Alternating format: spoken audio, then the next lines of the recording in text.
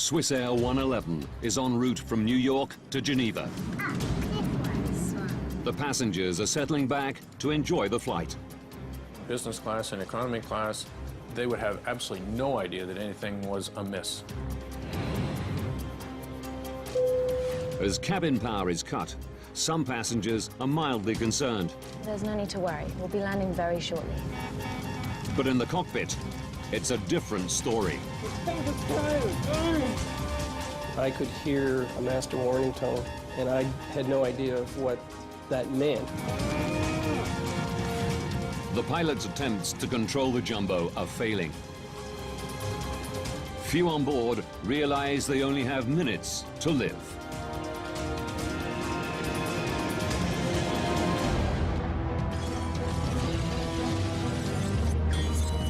Disasters don't just happen. They're triggered by a chain of critical events. Unlock the clues and count down those final seconds from disaster.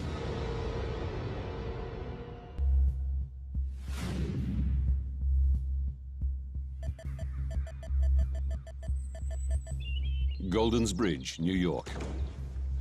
4:46 p.m. Father of three, Ray Romano, is leaving on a business trip to Europe. Lynn, are you almost done, honey? Just finishing up. Is it time already? It's time. I just made partner in his accounting firm that he worked for his entire life. He was just an all-around good man. I'll see you next week. Please call. Of course. –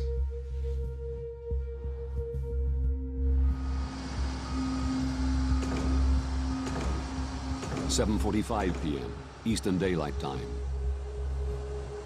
New York's JFK Airport. 215 passengers board Swiss Air Flight 111, bound for Geneva.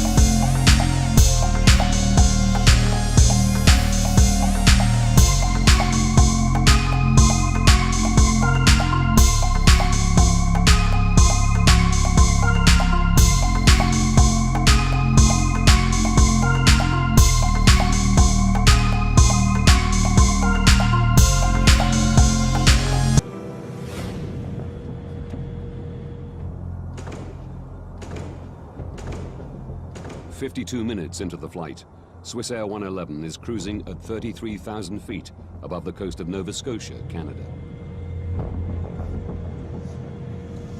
Riechst du was? Ja, Mo, ich schmecke da schon etwas da. Aber auch nicht, wo das ist.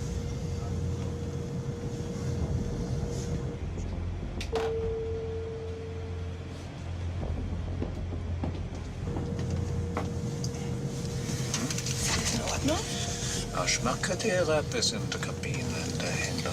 Ich kann hier drin riecht es etwas komisch, aber draußen, draußen in der Kabine gar nicht, nein. Nicht, gar nicht? Nein, gar nicht. Just air conditioning, huh? Yeah.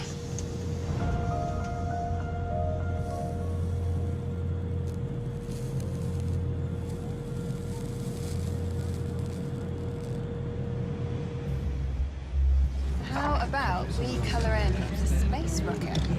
I'm going to just look for pink and purple. Thank you. Just perfect.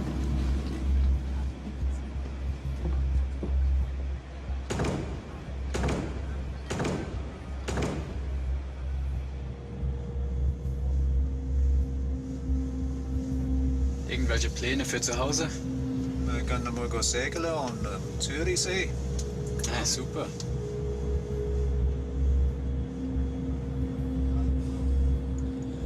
Ist es eben nicht so gut da. Hm? Schau mal da. Das ist gar nicht so gut. Captain Zimmerman decides to land and get the plane checked. Swiss Air 111 Heavy is declaring pan. We have smoke in the cockpit. Request immediate return to a convenient place, please. I guess Boston. Swiss Air 111 Heavy, go ahead. Air traffic control tells him Halifax Airport is much closer than Boston, just 122 kilometers away. Would you prefer to go into Halifax? Affirmative for Swiss Air 111 Heavy.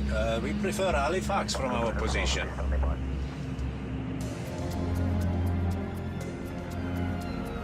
The airport prepares for an emergency landing.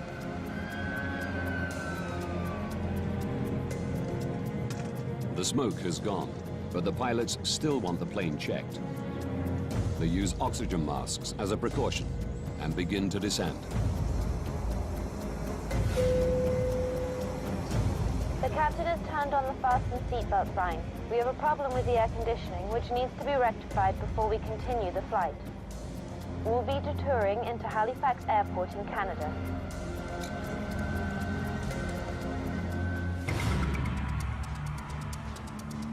Moncton Air Traffic Control Center, New Brunswick. I had a quick look on my radar to see where the aircraft was and estimated that it was about 20 minutes away from the airport. It's Bill Pickrell's job to guide the plane safely into Halifax. It was going to be a fairly straightforward operation because they were lined up almost perfectly for a straight approach at that point. Swiss Air 111, good evening. Can I vector you to set up for runway 06 at Halifax? Yes, vectors for 6 will be fine on Swiss 111 Heavy. Okay, it's a back course approach for runway 06. We're 30 miles to fly to the threshold. We need more than 30 miles. Swiss Air 111, roger, turn left, heading out 0130.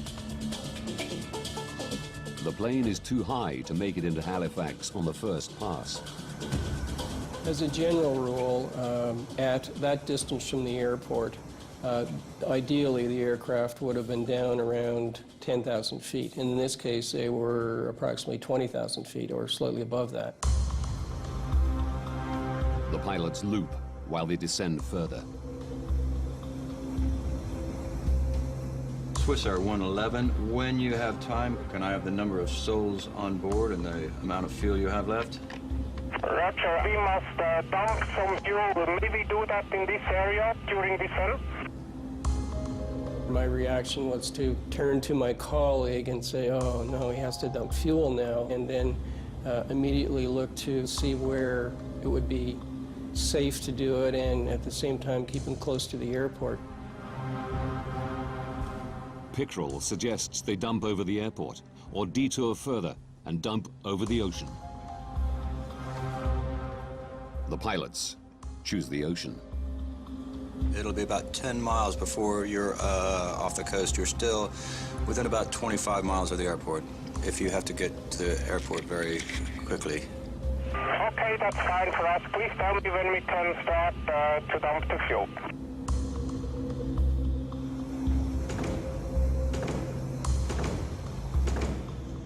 The captain starts Swiss Air's procedure for dealing with smoke of unknown origin. Captain, bus switch selected, confirm. He cuts unnecessary power to the cabin.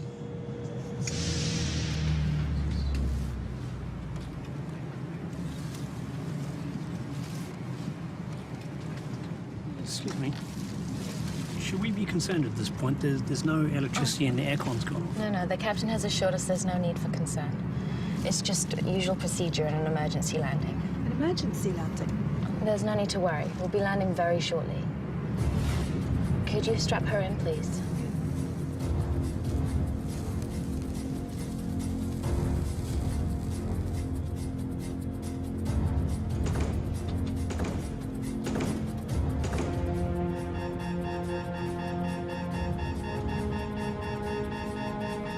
Wir haben den Autopiloten verloren. Der Autopilot ist weg. Hey Gott, Stefan, wir haben ein Feuer. Rufe einen Notfall aus. And we are declaring emergency now, Swiss 111. Copy that. Oh my God. The aircraft is at least 6 minutes from the airport. In the background, I could hear a master warning tone to the pilots, and I had no idea of what that meant.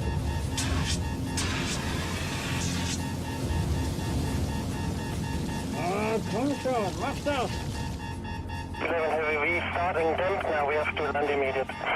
Swiss Air 111, roger.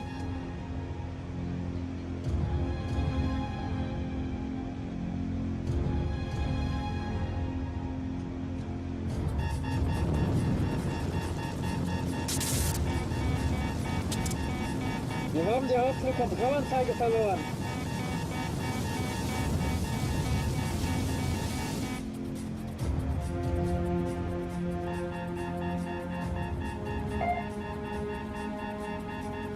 We've lost the transponder. Transponder's gone. Come in, Swiss Air 111. All communication with the plane is lost. Swiss Air 111, come in.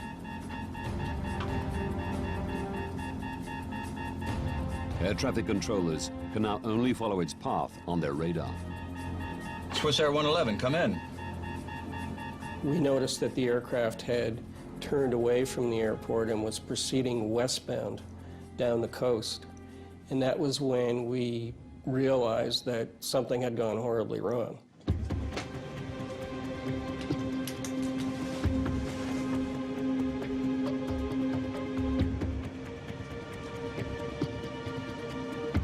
Jesus Christ.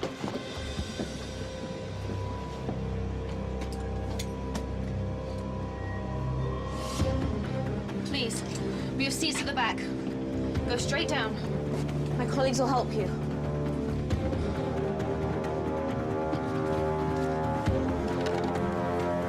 Smoking first class.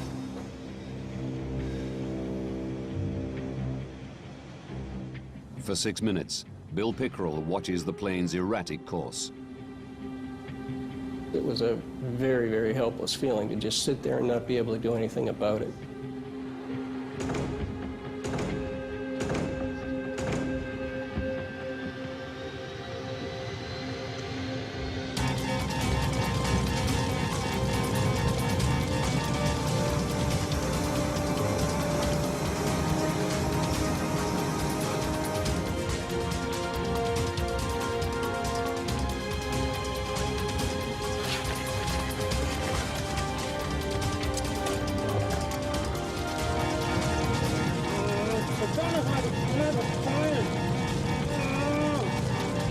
Suddenly they turned to the south, out toward the open ocean.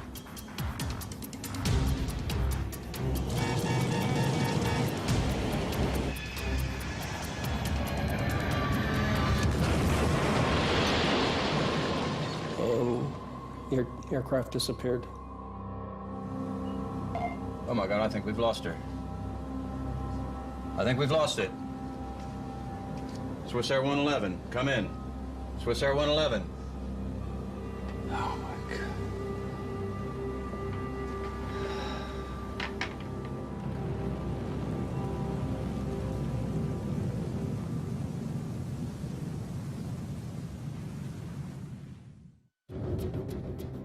The last radar position of Swiss Air Flight 111 is 9 kilometers from the Canadian shore. As word spreads, local fishermen head to sea, intent on rescuing survivors.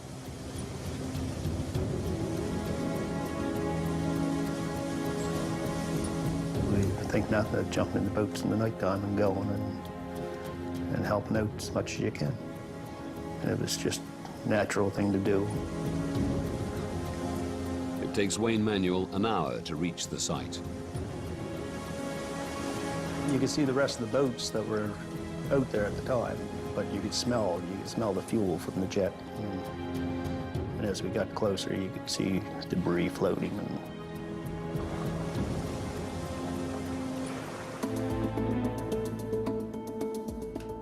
865 kilometers away, in Goldens Bridge, New York, Lynn Romano is catching some news. The pilot managed to radio there was smoke in the cockpit before the plane disappeared off radar at 1,000 feet of altitude. I saw that there was a plane crash, which always sent chills through me. And I made the sign of the cross because I wanted to, you know, pray for these people, whether they were alive or dead. No one knew then. It was on a flight out of New York on its way to Geneva. Tom, tell us what you've been seeing and hearing from your position. The more I watched the news, the more I realized that this was his flight. All evening long, emergency vehicles have been positioned along the coastline waiting for possible survivors. I called the 800 numbers and I said, look, you know, it's Swiss Air Flight 111. He's in seat 9F. I have all of the information here. Somebody's got to tell me that he was on this aircraft. Was it Swiss Air 111? I knew that it was the same aircraft.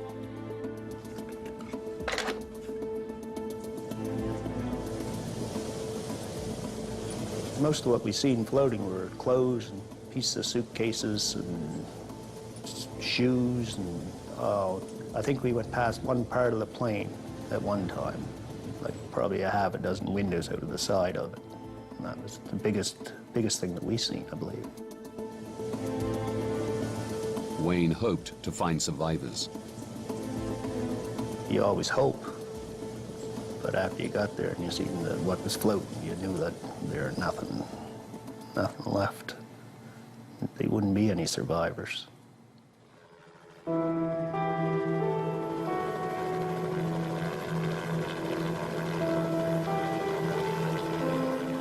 The devastating news is confirmed at daybreak. All 229 people on board Swiss Air Flight 111 have perished.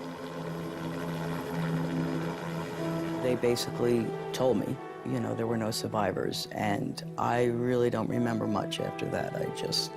It felt like my whole soul was being sucked out of my body.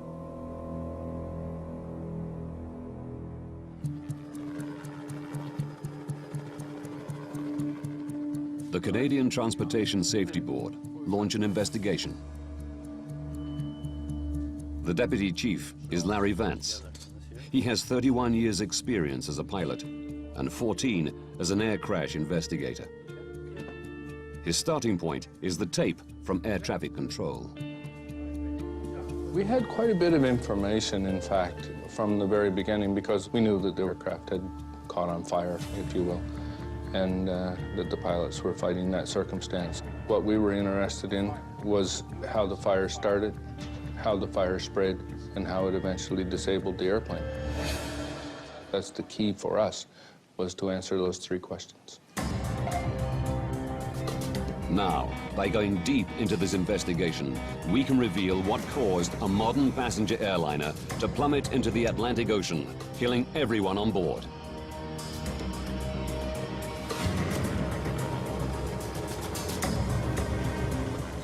Before investigators can establish what caused the fire on Swiss Air 111, they must recover the wreckage. Over 20 agencies from Canada, the US, and Europe are drafted in to help. Personal effects and wreckage wash ashore along 200 kilometers of rugged coastline. You will find human remains. Can't tell you how to deal with it, just deal with it and get on with the job. Only one body is found intact.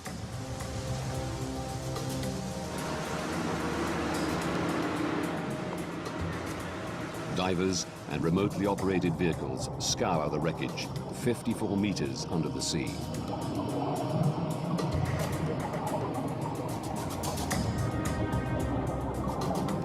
It was very critical for us to try and recover the black boxes, because that's where you get a lot of the basic information about what was happening in the cockpit. So we were very anxious to get our hands on those.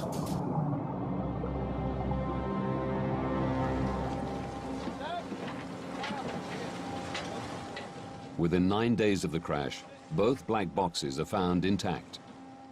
Do we see the emergency checklist of air conditioning smoke? The team learn that the pilots first smelled and then saw smoke. Stefan, der Rauch ist weg. But after the smoke cleared, it returned, bringing fire with it.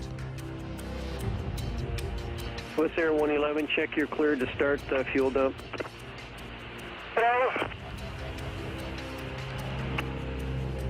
But investigators learn little more.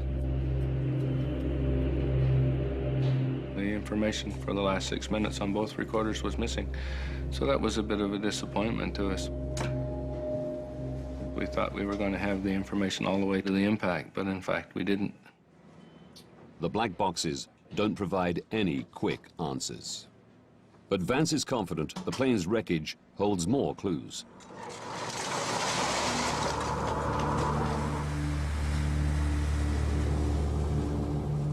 It takes months to retrieve the wreckage and personal effects.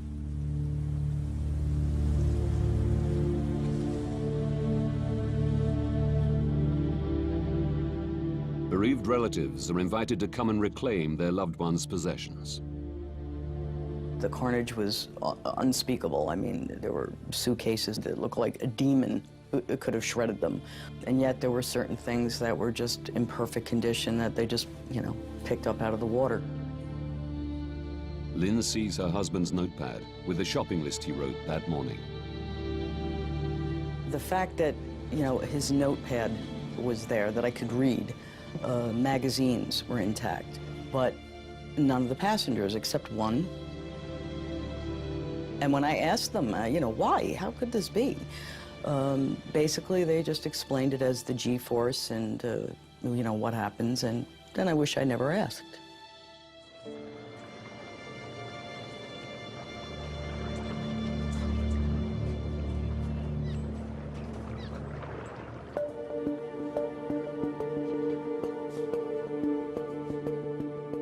Eventually, 98% of the plane is recovered. But it's in over 2 million pieces. The difficult task of finding clues is made easier as the plane crashed not on land, but in water. It presented us with a very unique opportunity because not very many times are you going to have an event where you have a full-fledged fire in progress, extinguished all at the same time, all instantly, so it preserves that fire in that moment of time. Investigators' priority is to establish where the fire began and what initiated it. Don Enns is the Transportation Safety Board's senior technical investigator. He heads the investigation's fire group. The first bits that came up that were identified as fire damage were from the either the cockpit or the first-class galley or the first-class compartment. So we're looking at that area.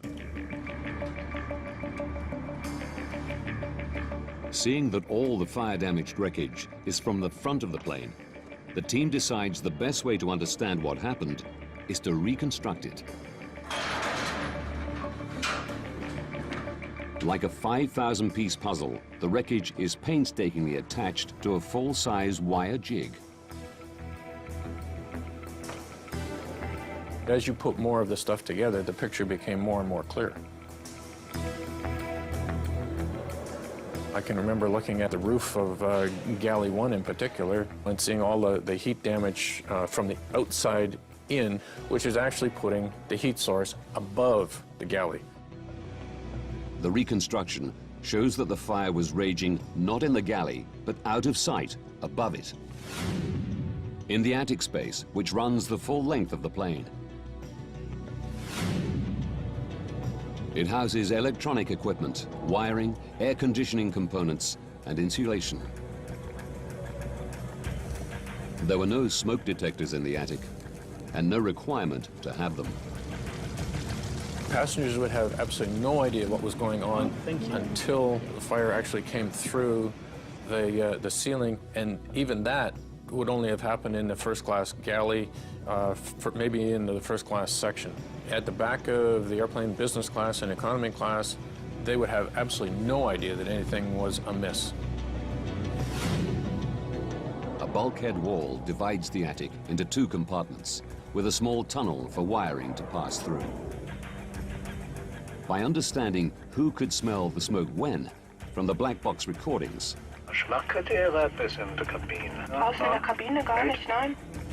And by looking at the fire damage on the reconstruction, the team established that the fire started in front of the bulkhead, above the cockpit ceiling, where the pilots noticed the smell almost immediately. If it had started behind that bulkhead wall, it would have done a lot more damage, more rearward into the fuselage, and the people in the back of the airplane would have smelt smoke and odor before the people in the cockpit did. Now they know where the fire started. They need to work out how it started. One of the things that we looked for, of course, was whether or not there was any criminal activity involved. Close inspection of some of the wreckage suggests there was. Very early on in the investigation, we started finding in what looked like buckshot from a shotgun shell. The little ball bearing things, they were everywhere. In the seats and the seat backs and so on. We're thinking, well, somebody's in the airplane shooting it up, you know, like what's going on here? They question whether the fire was part of a terrorist plot, where someone boarded the plane with a shotgun. Until they learn what was in the plane's cargo hold. It turns out that they were the little tips for ballpoint pens. Those little tiny roller things that they put in the end of a ballpoint pen. There were tens of thousands of those things.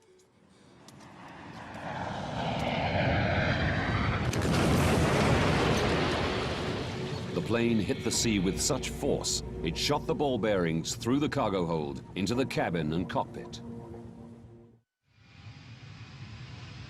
With criminality ruled out, Vance and his team must consider other possible causes of Swissair 111's fire. We know where the fire started. We knew it was up above the ceiling in the cockpit area. And then you start looking for potential ignition sources up there. And right away, the obvious one that comes to mind is wiring. The plane housed 250 kilometers of wiring. 3,000 pieces have been collected from the crash site. Air crash investigator Jim Foote knows his team's task is enormous.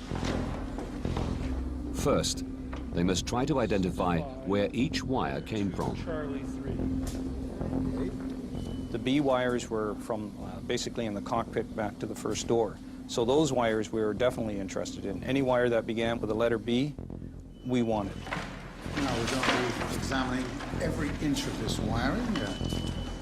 Jim's team search for damaged or missing insulation to see if they can find the wire that ignited the fire. Any wire, if you get the wire rubbing against a metal piece, then you can wear through that insulation. And if that wire is powered, then you could have an arcing event as it touches that structure. An arcing event is an electrical discharge which leaps from an exposed live wire. Like a tiny bolt of lightning, it creates a split-second flash of light and intense heat.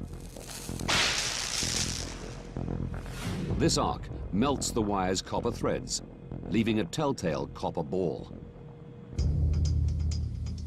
It's these copper balls the team search for. They find 20 wire segments that had arced. Most of them ran through the ceiling of the cockpit. Any of them could have sparked the fire. 8 of the wire segments power the state-of-the-art personal in-flight entertainment system, which was fitted to the first and business class cabins in the year before the disaster.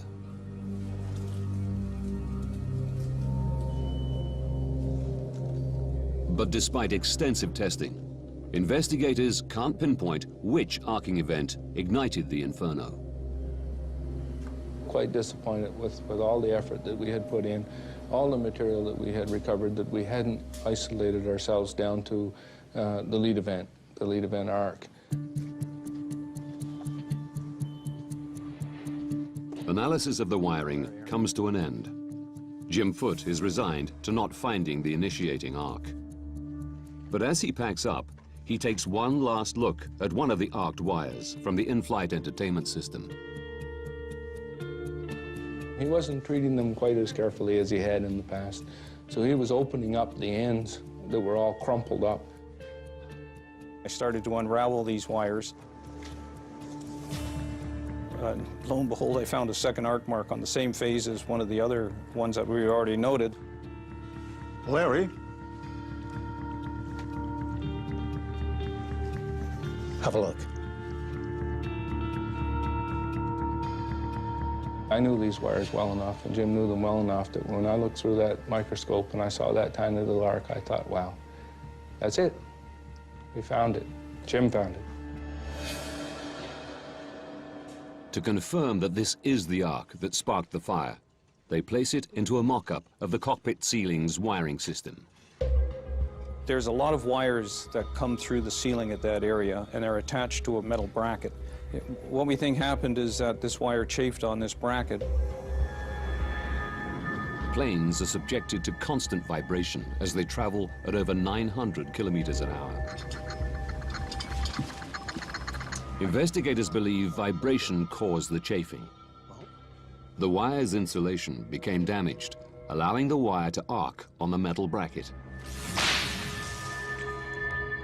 We finally come to a conclusion in our own minds, almost instantly, to say that had to be it, because we knew from the positioning of those wires that where he had found that little arc was exactly where the fire had started. The team were concerned the in-flight entertainment system had not been properly installed.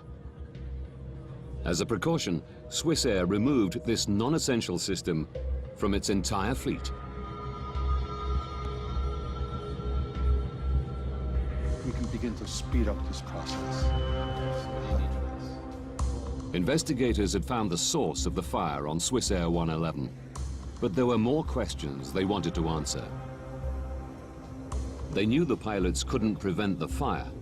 They needed to know whether they could have prevented the crash. As investigators, you have to say what circumstances were these pilots in that caused them to do what they did that led to the eventual loss of the aircraft. Vance and his team scrutinized the decisions they made in the minutes before impact.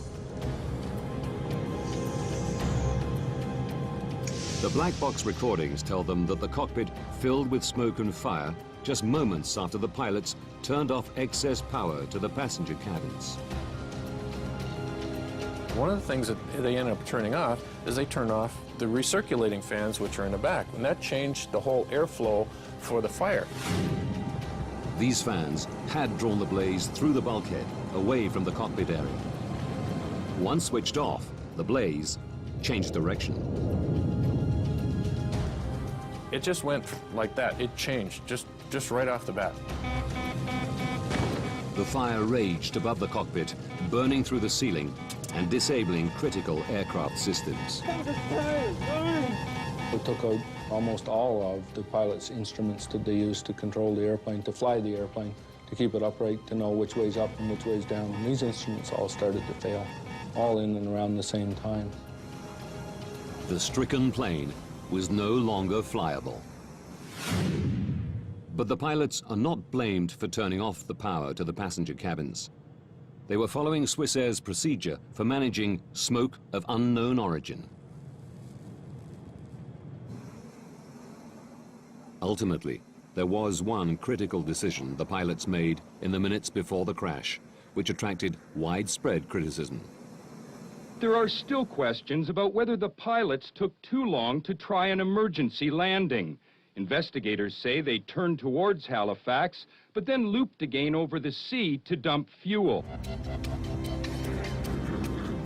The pilots' choice to dump fuel added minutes to the flight. It was a procedure they could have ignored.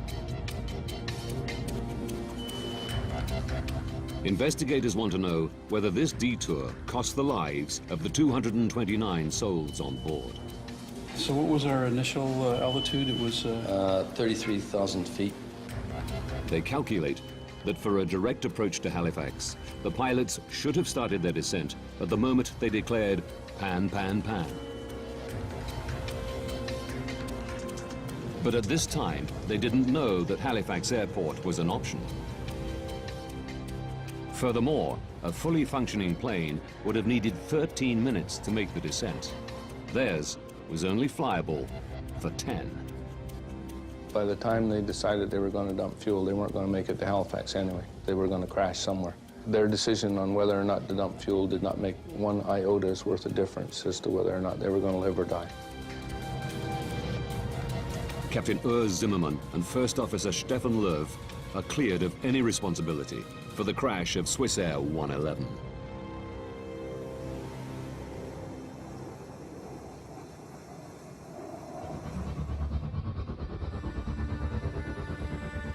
The investigation team successfully reconstructed the front of the plane, established where the fire began, and found the arc that sparked it. But they know a single spark did not bring the airplane down. To prevent future fires, the team needed to find out what had been burning. The threat to the airplane, in fact, was what was fueling the fire. If you have flammable material in such abundance that is capable of burning the airplane up, that's the real threat to the airplane.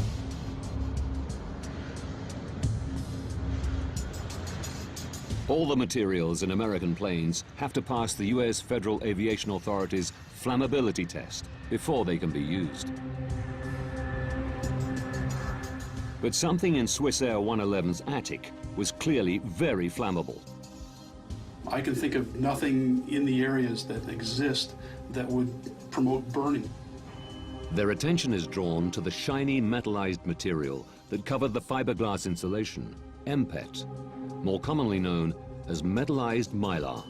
We recovered some of that insulation blanket cover material, the metallized mylar, floating on the ocean. There were little pieces of it, and what do you suppose, but it showed burn marks. It showed that it had been on fire. Metallized mylar was installed in 699 US registered planes. If it had fueled the fire, all of them were also at risk. This is the first thing I've seen. We had enough of it that we were recovering that wasn't burned that we took a wee bit of it and set it on the hangar floor and touched a match to it.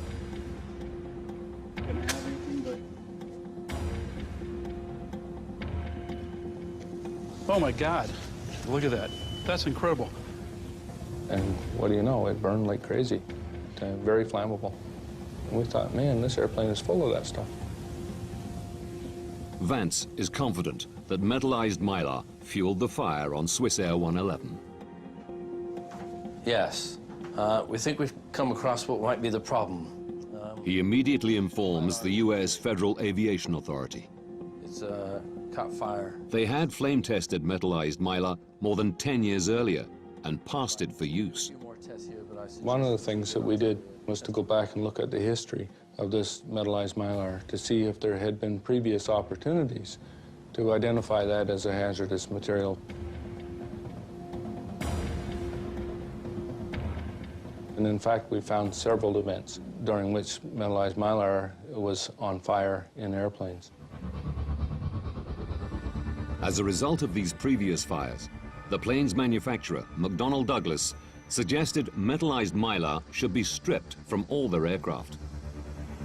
4 years before the Swissair crash, the U.S. Federal Aviation Authority had retested metallized mylar and found it was flammable. But they didn't ban it. The fact is that none of them had caused the loss of life. Had one of these previous accidents resulted in a number of fatalities, if you had a body count, then they may well have reacted differently.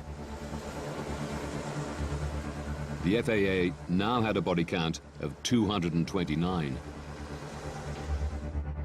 Again, they tested the metallized mylar, subjecting it to much more realistic in-flight fire conditions. It failed. The FAA gave U.S. airlines 4 years to strip it from their planes. We know that we got results because we had blood on the water. There were a number of people did, and then people paid attention to it, and then we were able to move forward with our safety message and have it accepted.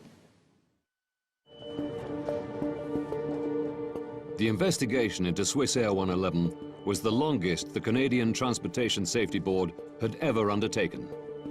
It took 4.5 years to complete. Using the detailed information that investigators unearthed, we can now reveal precisely what took place on Swiss Air 111 and what the pilots faced in the minutes before impact.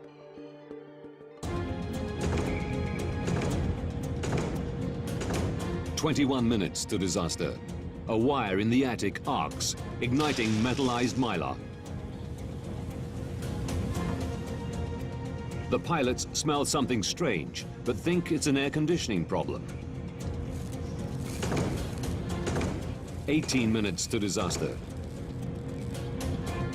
Seeing smoke, they decide to land and head towards Halifax. 16 minutes to disaster. Air conditioning fans suck the attic fire towards the back of the plane. This clears smoke from the cockpit. 11 minutes to disaster. While looping to lose height, the pilots choose to detour further and dump fuel over the ocean. They don't know what's happening in the attic.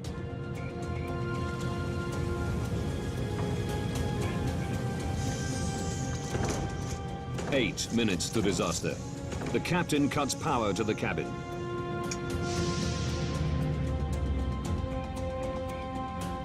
This shuts down the air conditioning fans, allowing the inferno to rage directly above the cockpit. 7 minutes to disaster. The blaze destroys the autopilot system, forcing the pilots to fly manually. Only now do they realize the enormity of the problem. Investigators suspect Captain Zimmerman fights the fire, leaving First Officer Lerv to fly the stricken plane. 6 minutes to disaster. The fire disables the flight displays, communications with air traffic control, and the black boxes. In the searing heat, First Officer Lerv struggles to keep control. But the plane is no longer flyable.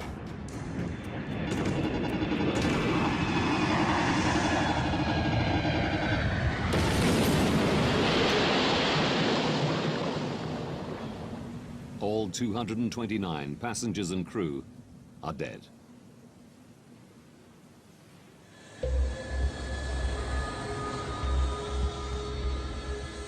To ensure against further loss of life, Canada's Transportation Safety Board made recommendations. Many have been adopted globally by the aviation industry. They suggested that procedures for dealing with smoke of unknown origin be radically rethought. Our recommendation was that if you have smoke or odor in an airplane, that you have to assume that it is a fire that's out of control until you prove otherwise. And that, I think, has sunk its way into the aviation community a lot better than it did before Swiss Air 111. Investigators' biggest success was the banning of flammable metallized mylar. We know as a result of the Swiss Air 111 investigation that materials that might otherwise have been put in airplanes are no longer being put in airplanes, so a lot of good work has been done and a lot of good safety action has been taken.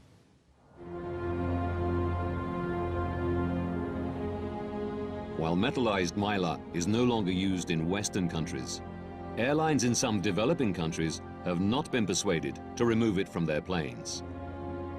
Lives are still at risk. The next steps to make air travel safer may only be taken after another tragic incident. There has to be another event which refocuses people's attention, and that you have to say, we told you so, and you didn't fix it, now you better fix it because it's going to happen again. You cannot make people make change unless they feel a liability.